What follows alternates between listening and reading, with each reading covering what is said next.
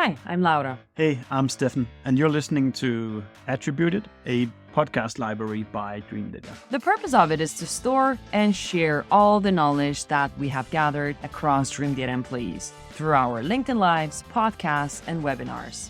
The typical topics you'll find here can be stuff like marketing, Sales, B2B ads, operations. social selling maybe. Michelle, you are traveling to Copenhagen right now and visiting us. You first came over for the LinkedIn Linked Summit, right? That was nice. Nice to meet you. Nice to see you on the stage. But for people who came here and don't know you, can you give us a little bit of introduction of what you do? And I'm going to give the microphone over to her because it's a little bit better sound. It's okay. So I'm Michelle J Raymond. I'm based out of Sydney, Australia, if we haven't met yet. And I teach businesses how to leverage LinkedIn to grow. So what we have in common is I believe that all the actions you take on LinkedIn should be connected to something that inspires a sale or an opportunity to come your way. So I'm most known for company pages, which is my favorite topic to talk about, which is how I ended up at the the Linked Summit. And yeah, like you and I, we have so much in common. But I think what I discovered even on this trip is that when it comes to pages, there's a lot of misconceptions out there. And I'm hoping that we can actually change a few minds, that LinkedIn pages don't have to be something we just push to the side. Yeah, exactly. Because everybody wants to grow their LinkedIn page, but there's not that much love that is giving to the LinkedIn page comparing to your website and so on. So it's like you are watching this show on the Dreamdata's page on LinkedIn. Yeah. So imagine all of that possibilities that you're able to do. So everybody, welcome to the show. We're going to talk about the LinkedIn pages today. And yes, Lil, she is on the other side of the room as well. She traveled together with Michelle. Very nice to have you at the office too. So thanks for joining, and start coming with your questions about LinkedIn pages. How do you work with those? And to finish it off, we're also going to talk about personal profiles and how does that map into the LinkedIn pages as well, how you can use it as a tactic too. So let's start this off. So when you think about the LinkedIn pages and that those marketers who are working on those, what are the basics that they have to start thinking about to cover on the LinkedIn page? I know this sounds crazy, and I spoke about it at the conference, and people think, Michelle, why do we even have to talk about this? But I'm going to share it again with this audience because it's so important. Number one thing that we need to do is, can we please go back and check that your page is set up correctly? Now, that means all the fields are filled in, and that can be because LinkedIn's created lots of new different fields that have come through, maybe since the page was set up. Quite often when the page was set up, it takes about 15 minutes. Most people skipped over a lot of the things that were in the too hard basket. And so what I find when I'm working with clients is we go back and have a look, and there's missing information, or it's really unclear, like, what is it you do? Who do you do it for? And why should I care? And it's confusing for customers. And when you confuse them, you lose them. And you and I, we have sales hearts. We don't want to lose customers at any point. And so this is why I say, even go back and check the contact details. Do you make it easy for people to reach out to your business? And as much as most of you are sitting there going, oh my God, Michelle, that's so basic, I assure you that no matter how many clients, no matter size, where they are in the world, there is always opportunities for improvement. And the good side is if you do this and complete it 100%, LinkedIn tells us, not me, LinkedIn, that you'll get 30% extra views per week. And we all know that's really hard to get views on a company page. Not here to pretend that that's anything else, but that's the upside for putting that effort in. But how does it actually work? You've said that stat on the stage also. So those more views, how does LinkedIn figure out that they should expose it more for you, do you know? Yeah, so essentially what happens is when you set up a page, LinkedIn gives you little prompts at the end. So you can skip over some bits, like, in setup, and some fields are mandatory. But the more you skip over, the more it says, you know what, is this a real page? Or is this a fake page? Just like there's fake profiles out there, when it just has a name, no banner, no photo, one connection. it's the equivalent. So if we think that LinkedIn's algorithms and AI are out there having a look and trying to prevent these fake accounts and this, fake page profiles just as much as human profiles.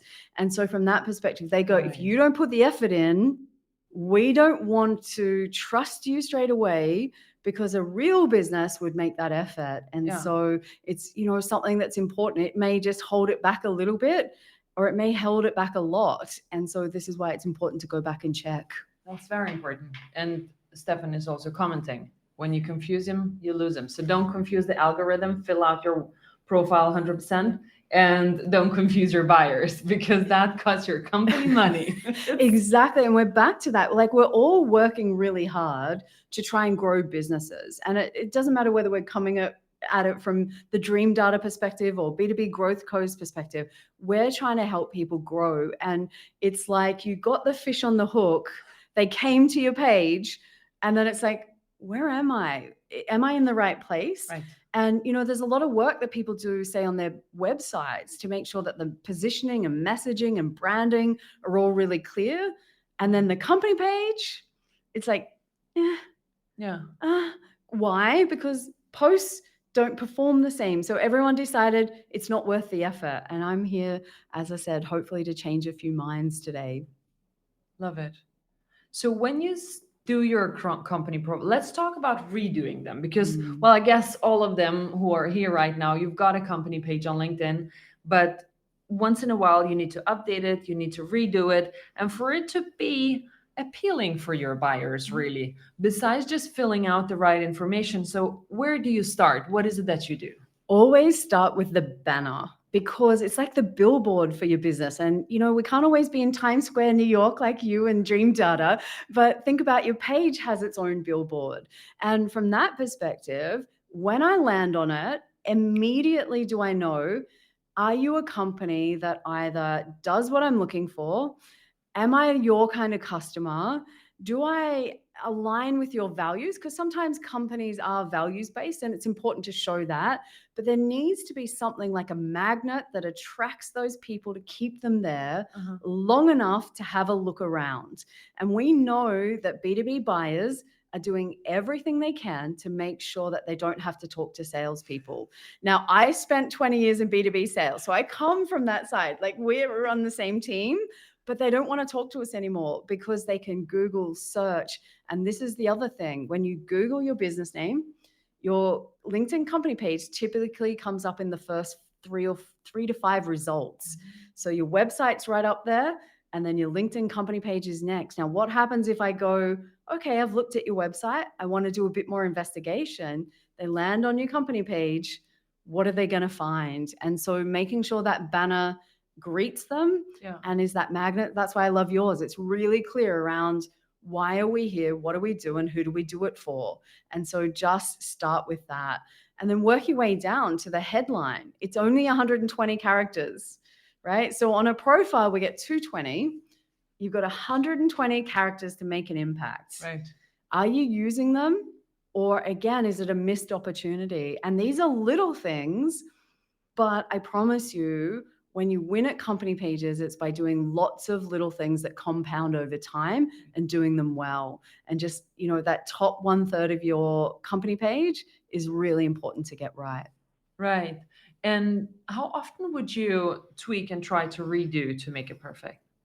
Yeah, so I'm guilty of probably changing mine too often, but I also say to customers, why not use this strategically? So say you've got an event coming up. Maybe you've just paid a lot of money to go and have a stand at a trade show or an event.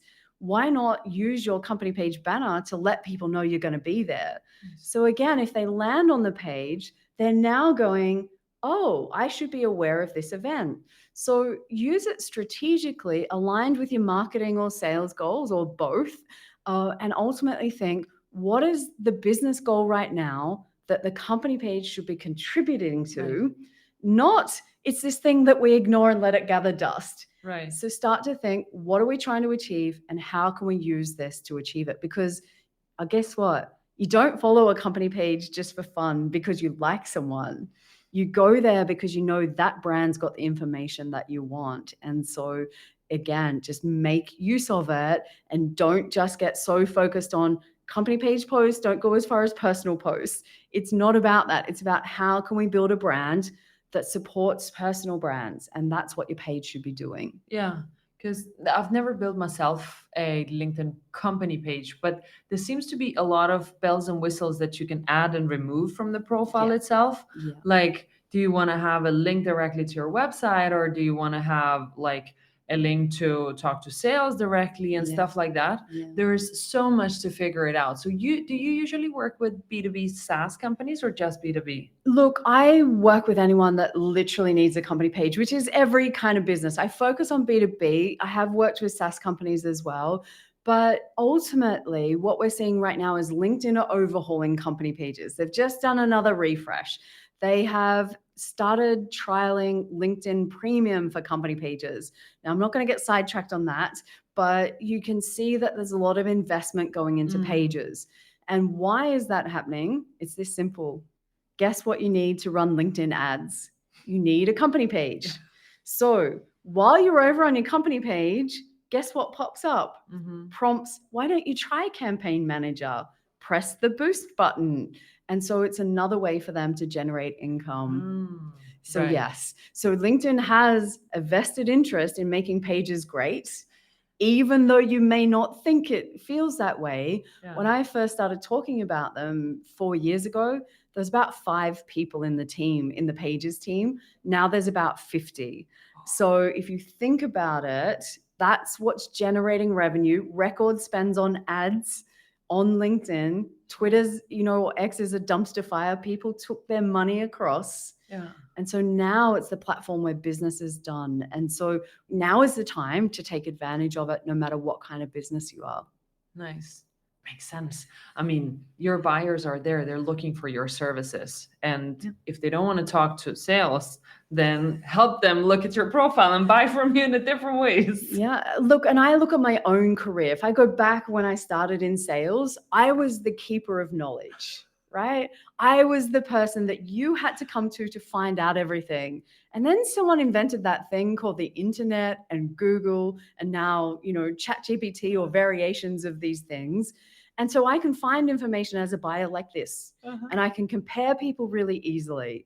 And so then it becomes, okay, if that's the playing field, how do we make our businesses stand out? And it's often by doing things our competitors won't do. So have a look around your industry. If everyone else is ignoring their company page, you know what I'm doing? I'm going to make it the best company page ever in the industry and lead the industry before someone else does. Love it. Let's talk about standing out. And looking into your competitors, it could be one way of doing it. The other way of doing it, it would be, how do we want to stand out? What is it that we want to do? But when you work with your clients, when you talk about those standing out pieces, so walk me through real quick of how would you create the company page, and maybe a little bit into the content itself, what the company creates on LinkedIn to stand out. One of the things that I say to people is, at some point, company pages and the marketers or whoever looks after them, they let go of being creative. They let go of having some fun, and Dreamdata and their memes, and, you've seen how successful having fun on LinkedIn can be. But someone decided there's a rule that you have to be buttoned up and corporate when you're on a company page on LinkedIn. You don't. It's not true. You can have personality. And when you do it right, aligned with the rest of your brand and your business, I'm not doing it just for cheap, impressions, but it is a way to get attention, but trying different things, not just, we just turned over this many billions. This is our financial report. This is our quarterly numbers. No one cares. And this is why I loved your presentation. The handy tip is, no one cares about your business. No one cares about you. They just care about the problem you solve. Quote, unquote, you. I was sitting there high-fiving you from the audience going, yes, but it's the same with pages. You talk marketing and sales. I talk pages and profiles. It's the same. No one cares. And now you're saying pages and profiles. So on stage, you spoke about the fusion of the two and start to fuse the brand, and the profile. Talk a little bit more about this, because I think this was something so overlooked by a lot of companies. So we talk about or hear the words employee advocacy everywhere. Yes. I feel like 2021 was all personal branding. 2024, it's the year of employee advocacy. I'm not sure everyone knows exactly how hard that is, but what happens is we talk about let's get as many employees as possible to start creating content for the business. Yeah. Whether it's sharing the corporate stuff or writing their own, we all think that that's the only way.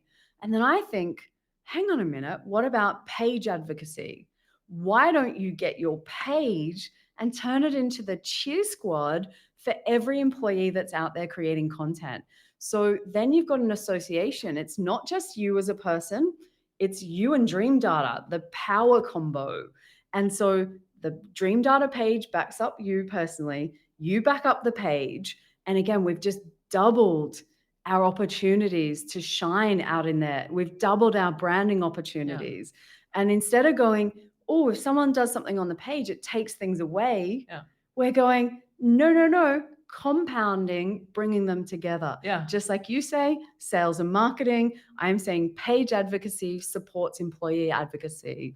And so this is where people don't look at pages because they're so busy back on post impressions that we don't go, what can we do?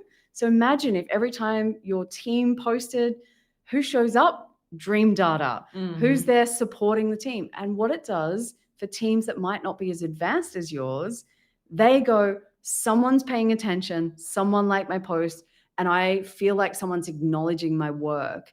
And if you want to get the team started, a little acknowledgement goes a long way, which I don't need to tell you because I saw the journey that Dreamdata went through. Yeah. And you go through it as a group, and this is why it's important. So play as a team. Yeah, you made an analogy about the dancing floor. It's more or less take it back to the same one because it's still the same topic, but it makes just so much sense. It does. So to kind of fill people in, when I talk about company pages, one of the things that comes up is that people say, oh, it's only ever employees that comment on the company page. And, that's bad, or the algorithm doesn't like it, or maybe it looks desperate, or there's all these reasons why that you shouldn't do it. And I'm here to kind of, again, challenge the thinking that people have about pages. Here's what I want you to think about. Remember the last time that you went to a wedding and you've had a great day. Everyone's dressed up.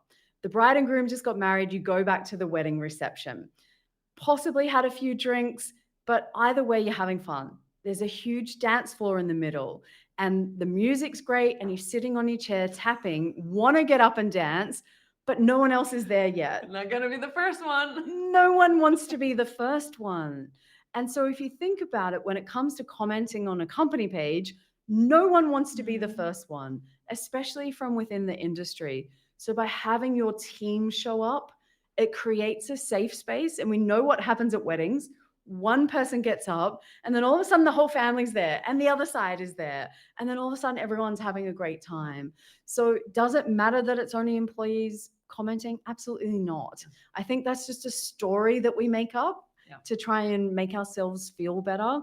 But if you think about it, if you're putting valuable content out and it's valuable content and your team shows up and adds their input as well, again, Dreamdata wins, the individual wins, and then you're really showing up for your customer because it's not about you. No, it's about them. And I think somewhere along the way, we just lost track of why we're doing this. Can we get things back on track? Yeah, Can we start something here? It's like the pact to get things back on track where we care about our customers, where what we're doing is in service of them. And so everything about your page is not what it looks like, what the algorithm cares about. It's being in service of who you want to work with. Precisely. And your story brought also an idea for my mind as well, is like, if I'm in sales and selling to a specific list of clients, let's say we've got that ABM motion that goes across sales and marketing. Imagine if your company page goes and likes another company page's post that you're actually targeting. Who are behind them? They do care. And especially if you sell to sales and marketing, because they would say, okay, this company, wait, I've seen them somewhere else. And the same would go when the brand starts to interact with their people, with their own people as well. It's like, it's alive. So have a look at this. We'll go one step further. LinkedIn gives us the functionality to do that easily. And that's called pages following other pages. And so you can set up a list of 10, 20 target clients. You can follow up set the list of their company page. Every time they post, it shows up in a feed. You don't even have to go into the normal home feed. You don't have to click. You go one by one and just support and comment. And because it's a page, you can have multiple page admins. So you can designate that to anyone in the team. Yeah. So it might be the person, it might not be the person that creates the content, it might be someone else, but it's within the functionality. And you literally, just as they post, you show up. And we're being supportive. We're not being spammy. We're not trying to sneak in. And what happens is we know that pages don't get as many comments. They're not getting hundreds of comments. Imagine Dreamdata shows up. They are always there for me, top of mind. And so all their employees who might be following their own page, they see Dreamdata is always supporting us. I think it's great. What happens in the world, and my grandmother taught me this, what goes around comes around. You want people to support you, go and support them, and your page can do it just as much. I love it. I love it. And you can even do that with companies or businesses selling to the same audience as you do. Yeah. So your partners, your peers in the industry as well. Yeah. I love this. It's a very good idea. Michelle, we're going to take a couple of questions and then we're going to move into that fusion of employee and company. All right? All right. Let's see. So Christian, he had a question. Are there any good examples of pages on LinkedIn and the best practices that you're seeing? Yeah, we were talking about this. So there's a couple that I always go to. I think Gong, G-O-N-G, they do a good job.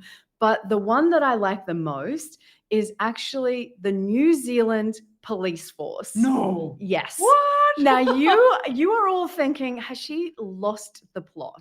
You know, and we were talking about Chili Piper and, you know, there's lots of companies that are doing this well.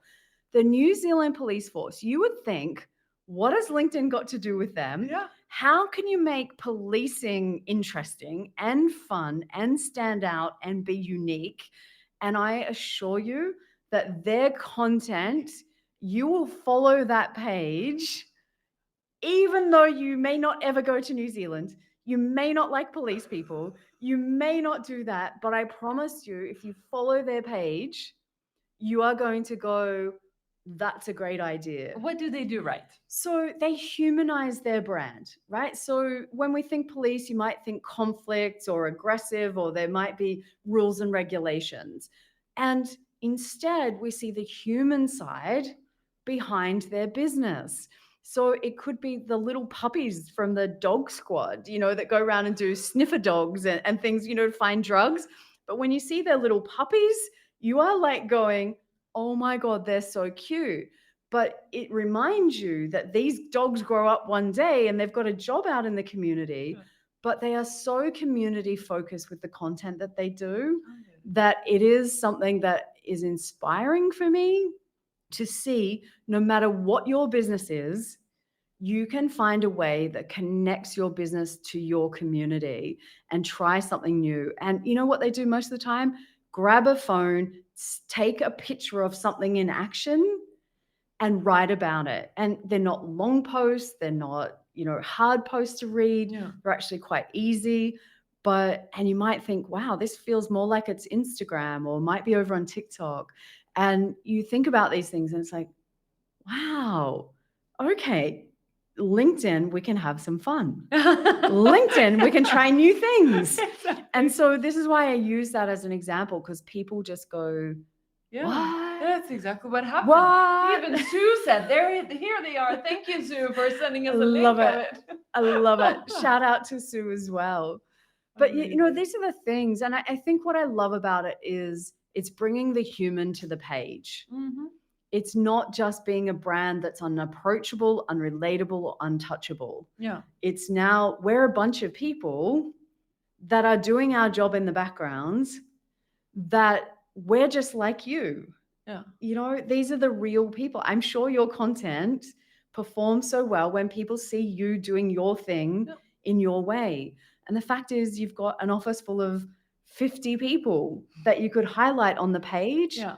No different to what you do over on your profile. That's right. And That's again, by your page putting them up on a pedestal, as a salesperson, when you walk in the door to go and see that target brand or target customer, all of a sudden they go, oh, you're the one your company's been talking about. And they see you different because you've had that spotlight shined on you. And now all of a sudden you're like 10 foot tall and bulletproof walking in to see these target customers. So interesting. It brings so many ideas. Also, if you're like talking about, oh, we are really into like have the best customer service. So put them there. Yeah. Show that they're real people and these are the people you'll be speaking with. Or I don't know, you're selling consulting and you've got 100 consultants. Well, put them there. People want to know how they look. Yeah. And it might be, you know, if you think about it, we're dealing with email addresses so often. You know, contact is either direct messaging or emailing or, you know, ways along these lines. All of a sudden now I can see who's that person behind the email. Oh my God, is that what they look like? I thought they looked like this. And in your mind, now they're a real human. Yeah. Now they're just, you don't feel like a number anymore. That's because right. you're like, that's the person I talk to. I love And so, you know, just any moment you get to show the faces of the humans in your business, that content will always perform best. Yeah. And especially if you make them and show why they're important to the business. One win for the page, of course, but the other win is you make that employee feel fabulous. Yeah. And then they are a little bit taller and then they want to give back and help and support a little bit more. And it's literally always how that power of two, how do we work together? I think you spent your whole talk doing sales and marketing and I'm like power of two. It's the same thing. We're like power of two, sales and marketing working together instead of page, profile, they're different. 100%. Ricardo had a question about content to create and how often to create on the company profiles. So now back to the company profiles. What type of content do you create and how often, what type of content should you be posting? Okay, so the how often comes down to resourcing. If you're a consultant or a very small business, I'm not going to tell you to hang out on your LinkedIn company page all the time. The fact is limited time, limited resources, small business, most of it's going to be spent over on your personal profile. That does come back to how far, if I do a post on both, it will go further and be seen by more people over on your profile, right? So I can't argue with that. Now, if you're a medium, small to medium sized business and more than just a consultant or one or, micro business, then I would aim for 3 times per week. Okay. If you can do more, that's great. But if it's too much, 2 consistent posts every week rather than 5, 0, 1, disappear for 3 weeks, come back again. It's the consistency of staying top of mind. This is what people need to understand. And the page becomes a library as a destination rather than something that shows in the feed. So think when I land there, what will I find? And as I share, it's your greatest hits library. Where can you put the best and most valuable content that makes a difference to your audience, is in service of them? 3 times a week is great. If you can do more, of course you can do it. And there are businesses of all sizes with, possibly teams of all sizes. If you're a smaller business, don't be afraid to repurpose or repost personal content from your employees. Bring that across. A repost helps. Again, working together. Yeah. Yep. And what type of content? How much should you focus on that actual thought leadership, the heavy stuff that we really need to create, and then the engaging pieces of the content? Yeah, it's funny when we use the words thought leader, people often think individual, right? They don't think brands can be thought leaders. And I absolutely disagree with this. And if you read the Edelman Thought Leadership Report in the, it's all about B2B thought leadership, you'll basically go into that. And buyers are doing their research on brands. They Google for answers and they're looking to brands because you've got a whole team. Mm-hmm. It's not just the power of you, it's now the power of the whole of Dreamdata to come up with thought leadership. And so from that perspective, I think, how often are we doing it? For me, it's always going to be a good mix. Mm-hmm. So we need the content that shows value, that shows that you are the company that people can trust. And that's one area. Then we need a little bit of who are you, the humans behind the, company page. And then don't forget the post that says what you actually do. And it can be a hard sell and say, we have these products and services, or it could be a soft one, like here's a testimonial from a client that we worked with, because people often get a little bit funny about saying, we can't be salesy on LinkedIn. Oh my God. I'm like, we'll start rocking in this corner. Why we're here. That's why we're here. But you don't have to always smack people in the face. No. It can, or you can. And I actually think people need to do that more often and say, this is what we do. This is who we do it for. And this is why our product or service is the best. You have earned the right by sharing all of the value, by showing that our values align and you're my kind of business. Don't forget to tell them, because otherwise what happens is they learn from you, they like you, they buy elsewhere. And that makes me cry. No, exactly. And you shared more or less the structure of know, feel, and buy. I liked it a lot. Yeah. Can you uncover just a little bit of that? Yeah. So I talk about my 3-2-1 content strategy, which is 3 + 2 + 1 is 6 posts. And so it's about having the ratios right. So if we talk about good to know, so that's all the industry knowledge that you're going to share. And that's where, as a corporation, you can share from all kinds of different perspectives. We want to talk about that so people end up knowing that we know our stuff and we can be trusted, because they're going to hand money over at some stage.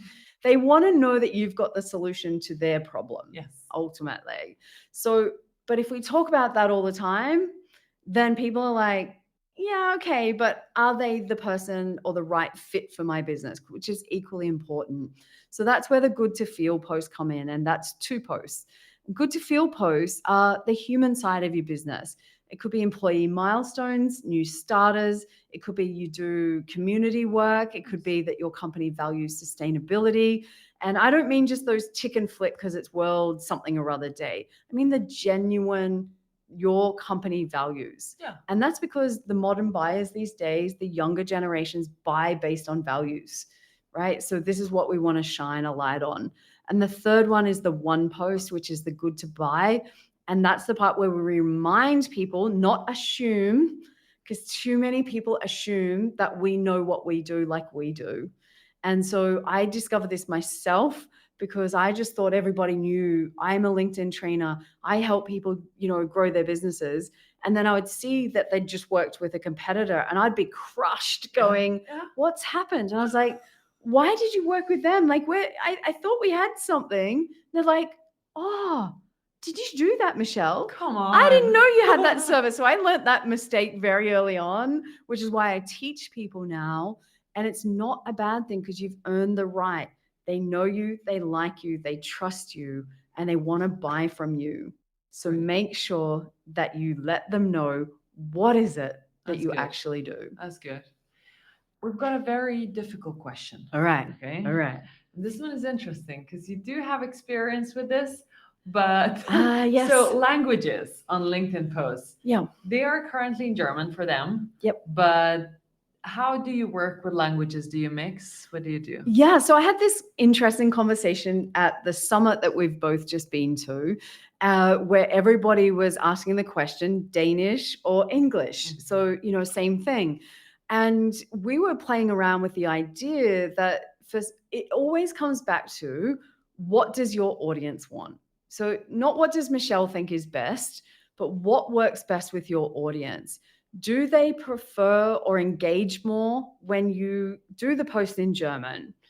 And you'll have to do a bit of testing on this for your own audience.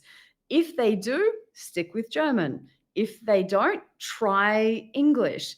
The other thing that we're playing around with on company pages, you can post multiple times a day with no problems. So I've got, some people that we're speaking to. have a play. I haven't done this, but have a play, post German in the morning, English in the afternoon. See what happens. You're not going to get penalized by the algorithm. People on LinkedIn, if they see something and it's in German and they want to see it in their own language, you just press C translation. Yeah. My feed right now is all in Danish. It's hilarious. I love it because I've connected with so many people. The algorithm knows I'm talking about it, that I'm here. Yeah. And so everything's in Danish. And I'm like, C translation, C translation. And if I don't want to read it, we just scroll. I wish it was easy to get everyone to stop, but if we don't like it, we just scroll. Nice. So play around, have some fun, experiment. Let's talk about the fun. So mixing company and company employee profiles, and how does the posting ratio, how to think about those pieces, because you sometimes think it's a disconnect. Oh, they have their personal brand and they should be doing their posting, or how much should we align and how does that synergy work? It's kind of like if you were playing a sport together, it's important to all play on the same team, going in the same direction. And the thing that solves this problem is strategy. And it all aligns with where are you trying to get to? What is the business goal that all this activity is drawing you towards? And if you haven't done that work, then what happens is it's like everyone's playing a different sport. Or everyone's up forward, no one's up the back, or no one's taking shots at the goal because they're all in the goalkeeper. So we have to look and go, where are we trying to get to? What's the best strategy? And then work out, this is how we move forward. And so what I find is if you start going, oh, well, Michelle's going this way, B2B Growth Co is going that way, another employee is going that way. And then you go, you know what they say? LinkedIn doesn't work for my business, Michelle. Oh, that's right. Yeah. It makes me cry. But what happens is they skipped over the step of what's the strategy. So can I tell anyone this is the answer? No, I don't think I can. I think that would be irresponsible. There isn't a one size fits all, but it is where are you trying to get to and what is the best way that you can all move towards that?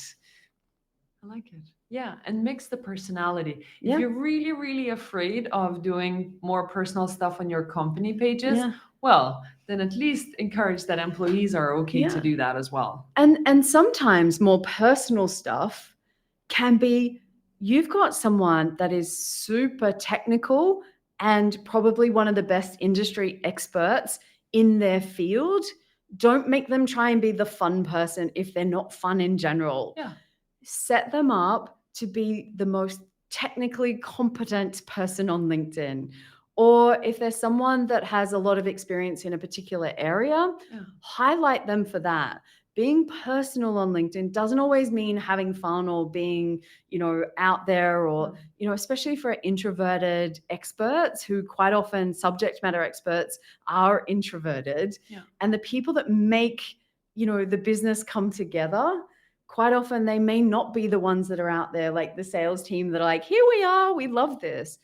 But show them off at what they're good at and find a way for them to express what they're good at without having to try and be like an extrovert or loud or funny. It's okay for them to be personal, but super technical or something along those lines. I love it. Love it. So now we're going to take up a couple of more questions. But before the questions, was there anything that we missed out of chatting that we did not cover? So we just don't dig into the questions right ahead.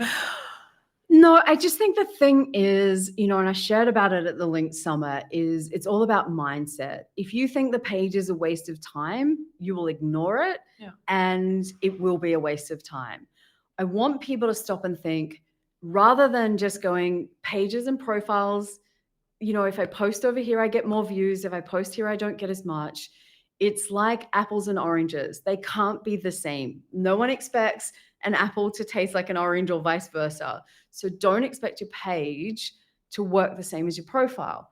What I want you to have a look at is go, how could I use the page to start working as a team with the profiles and the employees? How can we work together? And that power of two, how can we combine things to really level things up? And when you start to look for it, you're going to be coming out of here going, oh my God, we could be doing this. Oh my God, we could be doing this. And it could be as simple as the page reposts an employee's post. Yeah. Right? Just a little thing. It could be doing a LinkedIn Live like we're doing today from the page and highlighting your team. It could be an audio event that the page organizes, and then your employees come and show up. And that's how you start to build community. And again, it's just because when you come to work, you want to work for the best team that has the best team possible, attracts people that want to work here because they're the best. Yeah. And that's how you win. And I need to confess, I'm fiercely competitive and I love winning. So that's good. Let's make all of you win through your LinkedIn profiles at least. exactly. Good. So let's pick up a question about, we've got, again, a tough one for you. So we have several companies under one company. They're co-owned, but we would like to position the main one. Yeah. And do you work with companies that have similar problems? Yeah, look, absolutely. And sometimes it can be that companies have bought other companies and they're now integrated but separate, and it can be all kinds of awkward, or they're fully combined. So there's lots of different ways that we can do this. There's things like affiliated pages. So you do all the work on the main page, but you've got these other, either company pages or showcase pages that are affiliated. Just shows like a dotted line so people know that there's a connection there. But ultimately, I always say to people, the more you can simplify your life, and especially with pages, when most marketers that are running these pages do not have time to scratch themselves, there's so many stats around how many hours they're spending doing this stuff. So from that perspective, if simplifying it and merging pages makes sense, I always recommend that. Just because it's easier to manage it with content than try and grow multiple pages all at the same time. Yeah. Keep up with the content, keep up with the community, keep up with the engagement. It's too much. And that's when people go, too hard basket. I'm going to go over here because this is easier. Interesting. Yeah, absolutely. And I've seen this multiple times. If you've got company with multiple pages, where should your employees register themselves at? Yeah, so this is where there's, I'll try not to get too technical, but if you have a company page and a showcase page, pages can't have employees, right? So this is where one of the stumps come up. People with good intentions set up a showcase page and then realize you can't have employees over there. And so it gets a little bit messy. Nothing you can't undo, but it's not ideal. But ultimately, you've got to think about, and it always comes back to everything I tell you, what is best for your customer that you're trying to target or your industry that you're trying to lead. It never comes to Michelle said this. Yeah. This is best, because I don't know your audience. And I think it would be irresponsible of me to say, just do it this way. But ultimately, my guiding brief is what's best for the customer. Yeah. What simplifies the workload that you can do consistently and sustainably over the longer term. Yeah. Because this isn't just go hard and then disappear. It is, as long as that business is open, your page has to have consistent effort on it. And so, we're going for the marathon, not the sprint. Yeah. And I love the part of thinking about the customer and thinking about also how they are going to perceive your page. What is it that they come into your LinkedIn page for? Yeah. Think about not what you're giving to them when they're coming, but what is it that they come there for? Yeah. What is it that you serve to them then? Can they find that information there as well? Like you said, like what problem does your business solve? Yeah. That's what they're looking for answers for. That's what they should find. They should be able to easily find answers to their problems. Yeah. And, you and I are so aligned like that and again, it comes down to being in service, not old school company pages. We're broadcasting, we're amazing. And as you say, no one cares. Yeah. Maybe that one time when you have to tell them what is it that you're actually selling. Yeah. Just, but we sell this. Yeah. We solve this problem. Yeah. This tool solves this problem, Yeah. and it's perfectly acceptable and legitimate to say these kinds of things. Mm-hmm. So, but again, always have time to experiment, see what works. I can see that Guy's on here as well, and he's had an answer to do with like the languages, and you can target countries and languages if you've got a certain number of followers, and that is another option that's available. But ultimately, again, work out what works best for your audience, because that's who you're in service of. Amazing. Do you create content anywhere else but besides LinkedIn? No. Sorry. I do have a YouTube channel, so you can find it at Michelle J Raymond. And I also have 2 podcasts. So I have Social Media for B2B Growth podcast and the LinkedIn Branding Show. So you can find me there. It's funny. I think, no, I'm not on other social platforms. It's so funny because I kind of look at them as they're my places where I get to help people, where content lasts much longer. And so in my mind, they're different conversations, but if you enjoy podcasts or you prefer YouTube, because again, this is part of me being better for my audience and in service. If it was up to me, I'd only have long form content that's all written, but audiences learn different. So mix up the content that you put out there. Fantastic. So follow on YouTube, listen to the 2 podcasts, go on LinkedIn, ask any questions, and you're going to understand so much more about the LinkedIn company pages. Michelle, thank you so much. Thank you for coming over. Oh my God. We all enjoyed you having on the show. So thank you for the audience as well. See you guys. Bye. We hope you like listening to us. Subscribe to our podcast and the ones that we have been guests on. And if you have any feedback for us, just do let us know. And should there be a guest that you think we should be talking to, then pitch us. We're looking forward to seeing you.